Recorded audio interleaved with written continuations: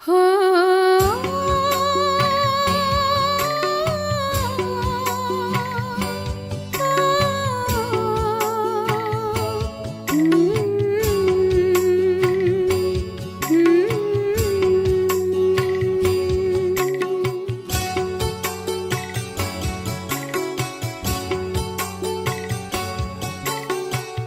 चले वतन की ओर डाल के प्रेम की डोर।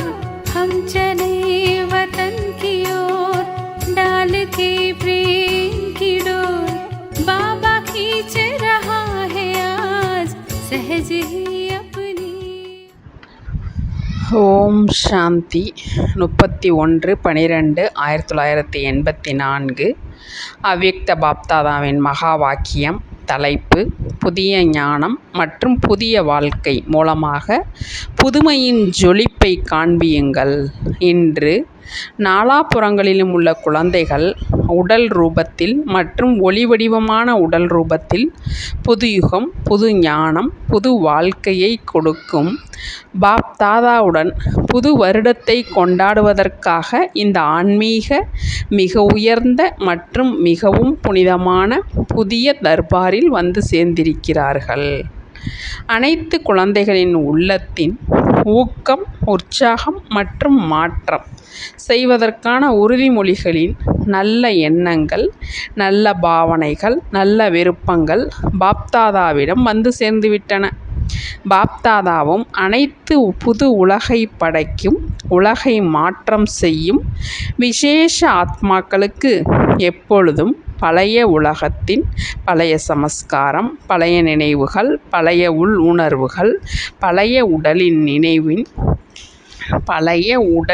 நினைவின் உணர்விலிருந்து விலகியிருக்கக்கூடிய அனைத்து பழைய விஷயங்களுக்கும் விடை கொடுப்பவர்களுக்கு சதா காலத்திற்காக வாழ்த்துக்கள் கூறுகிறார்.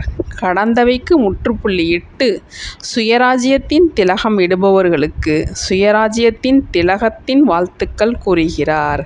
அனைத்து குழந்தைகளுக்கும் இந்த விடை கொடுத்ததின் வாழ்த்துக்களுடன் சேர்த்து புது வருடத்திற்கான விசேஷ பரிசாக எப்பொழுதும் உடன் இருங்கள், எப்பொழுதும் சமமாக இருங்கள், எப்பொழுதும் இதய சிம்மாசனத்தில் அமர்ந்து உயர்ந்த ஆன்மீக போதையில் இருங்கள் என்ற இதே வரதானத்தின் பரிசை கொடுக்கிறார்.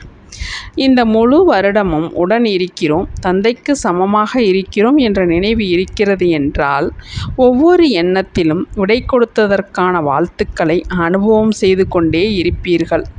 பழையவற்றிற்கு விலை கொடுக்கவில்லை என்றால் புதுமையின் வாழ்த்துக்களின் அனுபவம் செய்ய முடியாது.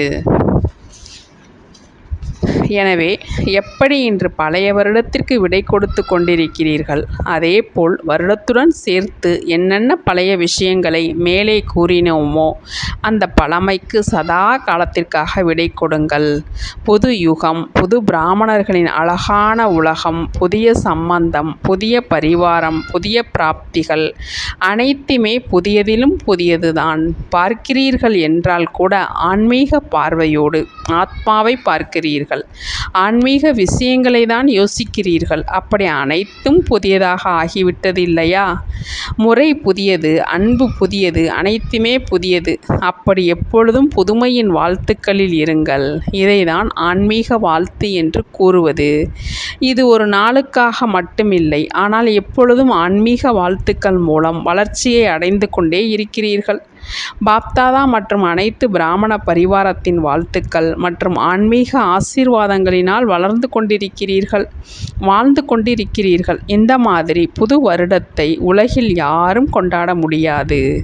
அவர்கள் அற்ப காலத்திற்காக கொண்டாடுவார்கள், நீங்கள் அழியாத சதா காலத்திற்காக கொண்டாடுகிறீர்கள். அவர்கள் மனித ஆத்மாக்கள் மனிதர்களுடன் தான் கொண்டாடுவார்கள், நீங்கள் சிரேஷ்ட ஆத்மாக்கள் தந்தை பரமாத்மாவுடன் கொண்டாடுகிறீர்கள். உருவாக்குபவர் மற்றும் வரம் அளிப்பவருடன் கொண்டாடியிருக்கிறீர்கள்.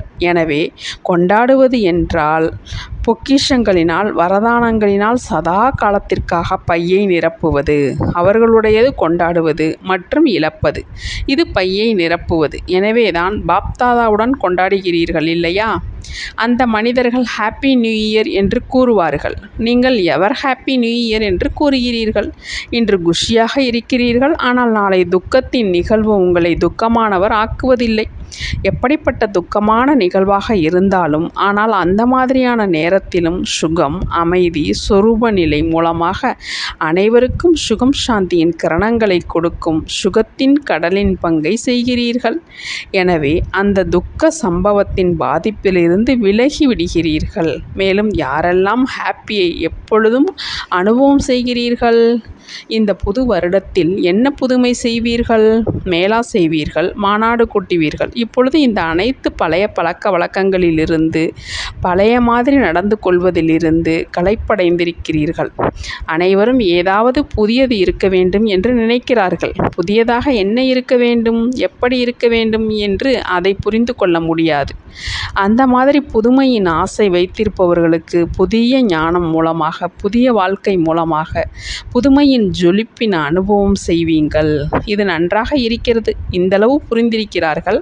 ஆனால் புதியது, இதே புதிய ஞானம் புதிய யுகத்தை கொண்டு வருகிறது என்ற இந்த அனுபவம் இப்பொழுது குப்தமாக இருக்கிறது. இருக்க வேண்டும் என்று இதை கூறுகிறார்கள். அவர்களுடைய விருப்பத்தை நிறைவேற்றுவதற்காக புதிய வாழ்க்கையின் வெளிப்படையான உதாரணத்தை அவர்களின் எதிரே வெளிப்படையான ரூபத்தில் கொண்டு வாருங்கள். அதன் மூலம் புதிய ஜொலிப்பு அவர்களுக்கு அனுபவம் ஆகட்டும். எனவே புதிய ஞானத்தை வெளிப்படுத்துங்கள். ஒவ்வொரு பிராமணனின் வாழ்க்கை மூலம் புதுமையின் அனுபவம் ஆகட்டும்.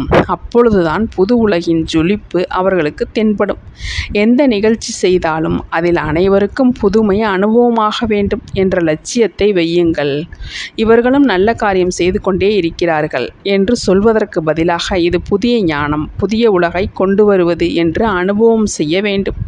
புரிந்ததா? புது உலகின் ஸ்தாபனையின் அனுபவம் செய்விக்கும் அலையை பரப்புங்கள். புது உலகம் வந்துவிட்டது, அதாவது நம் அனைவரின் சுப பாவனைக்கான பலன் கிடைக்கும் நேரம் வந்துவிட்டது என்று அந்த மாதிரியான ஊக்கம், உற்சாகம் அவர்களுடைய மனதில் எழ வேண்டும். அனைவரின் மனதின் நம்பிக்கையின்மைக்கு பதிலாக சுபபாவனையின் தீபத்தை ஏற்றுங்கள். எந்த ஒரு முக்கிய நாளை கொண்டாடுகிறீர்கள் என்றால் தீபம் ஏற்றுகிறீர்கள். இன்றைய நாட்களிலோ ராயலான மெழுகுவத்திகள் வந்துவிட்டன. அந்த மாதிரி அனைவரது மனதிலும் இந்த தீபத்தை ஏற்றுங்கள். அந்த மாதிரி புது வருடத்தை கொண்டாடுங்கள். சிரேஷ்ட பாவனைகளின் பலனின் பரிசை அனைவருக்கும் கொடுங்கள். நல்லது. எப்பொழுதும் அனைவருக்கும் புதிய வாழ்க்கை, புதிய யுகத்தின் ஜொலிப்பை காண்பிக்கக்கூடிய, புதிய ஊக்கம் உற்சாகத்தின் வாழ்த்துக்களை கூறக்கூடிய, அனைவருக்கும் எவர் ஹாப்பி ஆக்கக்கூடிய, உலகிற்கு புது படைப்பின் அனுபவம் செய்விக்கக்கூடிய, அந்த மாதிரியான மிக உயர்ந்த புது யுகத்தின் மாற்றம் செய்யும், உலகத்திற்கு நன்மை செய்யும், எப்பொழுதும் தந்தையின் துணையை அனுபவம் செய்யும், தந்தையின் நிரந்தர துணையாக இருக்கும் குழந்தைகளுக்கு பாப்தாதாவின் அன்பு நினைவுகள் மற்றும் நமஸ்காரம். ஓம் சாந்தி.